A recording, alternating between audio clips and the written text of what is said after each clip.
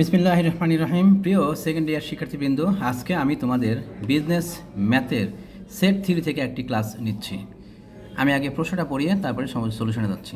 কোনো পরীক্ষায় শতকরা 50 জন পরীক্ষার্থী ব্যবস্থাপনায়, শতকরা 48 জন হিসাব বিজ্ঞান এবং শতকরা 45 জন উভয় বিষয়ে পাশ করে।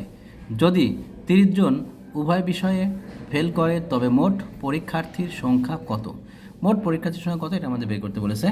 এখন দেখো একটা জিনিস খেয়াল করে যে প্রথমে যে মানগুলো দেওয়া আছে, কোনো পরীক্ষায় শতকরা দেওয়া আছে, শতকরা 50 জন পরীক্ষার্থী ব্যবস্থাপনায়, শতকরা 48 জন হিসাব বিজ্ঞান, আবার শতকরা 45 জন উভয় বিষয়ে পাশ করে। এখন উপরে যেগুলো দেওয়া আছে সবগুলো শতকরায় পাশ করে দেওয়া আছে। আমরা এখন বের করব যে শতকরা কতজন ফেল করে। শতকরা কতজন ফেল করে এটা বের করতে পারলে ওইখান থেকে ঐকিক নিয়মে আমরা দেখব মোট কতজন শিক্ষার্থী ছিল তাদের সংখ্যা। প্রথমে আমরা ধরে নিব, এটা ধরে নিব যে মনে করি ব্যবস্থাপনায় পাশ করে তাদের সেট এ, হিসাব বিজ্ঞানে পাশ করে তাদের সেট বি।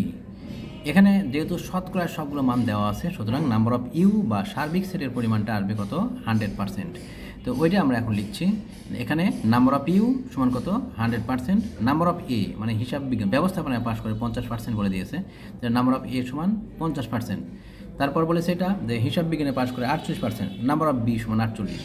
উভয় বিষয়ে পাশ করে 45%, এটা বলা ছিল। Number of A intersection B সমান 45%। আমাদের প্রশ্ন আমাদের বের করতে হবে এটা যে কোনো বিষয়ে পাশ করেনি কতজন সেটা। তাহলে কি আসবে? হিসাব বিজ্ঞানে পাশ করলে, ব্যবস্থাপনায় পাশ করলে এ গোলে, হিসাব বিজ্ঞানে পাশ করলে বি গোলে, উভয় বিষয়ে পাশ করলে মাঝখানে এখানে থাকবে, আর কোনো বিষয়ে পাশ না করলে বাইরে থাকবে। তার মানে যারা ফেল করেছে তারা এ আর বি এর বাইরের গোলে থাকবে। এটাকে আমরা কী দিয়ে প্রকাশ করব? কী দ্বারা প্রকাশ করব? A union B complement. তাহলে এটাই আমাদের এখন বের করতে হবে। Number of A union B complement সমান হোয়াট? আমরা জানি number of A union B complement, এটা সূত্র প্রয়োগ করছি এখন আমরা। Number of A union B complement সমান number of U minus number of A union B. Number of U এর মান আমরা পেয়েছি, কিন্তু number of A union B এর মান অঙ্কের কোথাও দেওয়া নাই।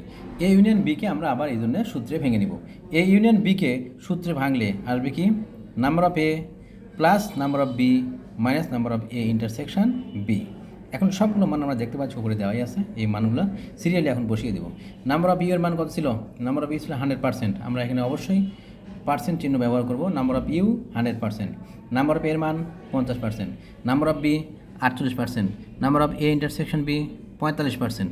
আমরা ভেতরে যোগ বিয়োগ করলাম, যোগ বিয়োগ করে এখানে পেলাম কত? 53%। 53 100 থেকে বাদ দিয়ে পেলাম 47%। 47% এটা বলতে কী বোঝায়? 47% ফেল করে। এর মানে হচ্ছে এটা যে 100 জনে 47 জন ফেল করে। 47 জন ফেল করলে মোট পরীক্ষার্থীর সংখ্যা কত সেক্ষেত্রে? 100 জন। 47 জনে যদি 100 জন হয়, আমাদের প্রশ্নে উল্লেখ ছিল এটা যে 30 জন ফেল করলে পরীক্ষার্থীর সংখ্যা কত নির্ণয় করো। আমাদের প্রশ্নে উল্লেখ আছে এটা। যদি 30 জন ফেল করে, 30 জন কিন্তু শতকরা না, এটা এমনি দেওয়া আছে শতকরা ছাড়া। যদি 30 জন, প্রকৃতপক্ষে ওই ক্লাসে যা ছিল তার মধ্যে 30 জন করেছে ফেল।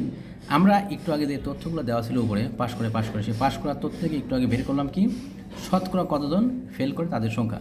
আমরা শতকরা 47 জন উভয় বিষয়ে ফেল করে এটা পেয়েছি। এখন 100 জনে ফেল করে 47 জন, 30 জনে তাহলে ফেল করলে মোট পরীক্ষার্থীর সংখ্যা কত? এই লাস্টের অংশটুকু আমরা করব কি ঐকিক নিয়মে। এখন দেখো ওইটাই আমি দেখাচ্ছি। ঐকিক নিয়মে করতে হবে লাস্টের অংশটুকু।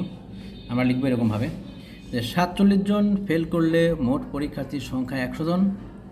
একজন ফেল করলে মোট পরীক্ষার্থীর সংখ্যা কত আসবে? 100/47। আর প্রকৃতপক্ষে ওই ক্লাসে যে কয়জন ছিল তার মধ্যে আসলে কতজন ফেল করেছে? 30 জন ফেল করেছে। তাহলে 30 জন ফেল করলে মোট পরীক্ষার্থীর সংখ্যা কত হবে? 100×30/47 ভাগ করে আমরা পাবো কত? 63.828। তো মানুষের সংখ্যা কখনো ভগ্নাংশ হতে পারে না, তাই আমরা এটাকে পূর্ণ সংখ্যায় দেখাবো 64 জন।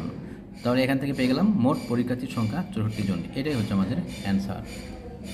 আজকে এ পর্যন্তই। সবাই ভালো থাকো। আশা করছি তোমরা আমার ক্লাসটা বুঝতে পারছো। কারো যদি কোনো সমস্যা হয় তাহলে কমেন্টে বলে দিও, আমি পরবর্তী ক্লাসে সেই সমস্যাগুলো সমাধান করার চেষ্টা করব। আল্লাহ হাফেজ, সবাই ভালো থাকো। আর আমার ক্লাসটা যদি ভালো লাগে তাহলে লাইক, কমেন্টস ও শেয়ার করে দিও বেশি বেশি।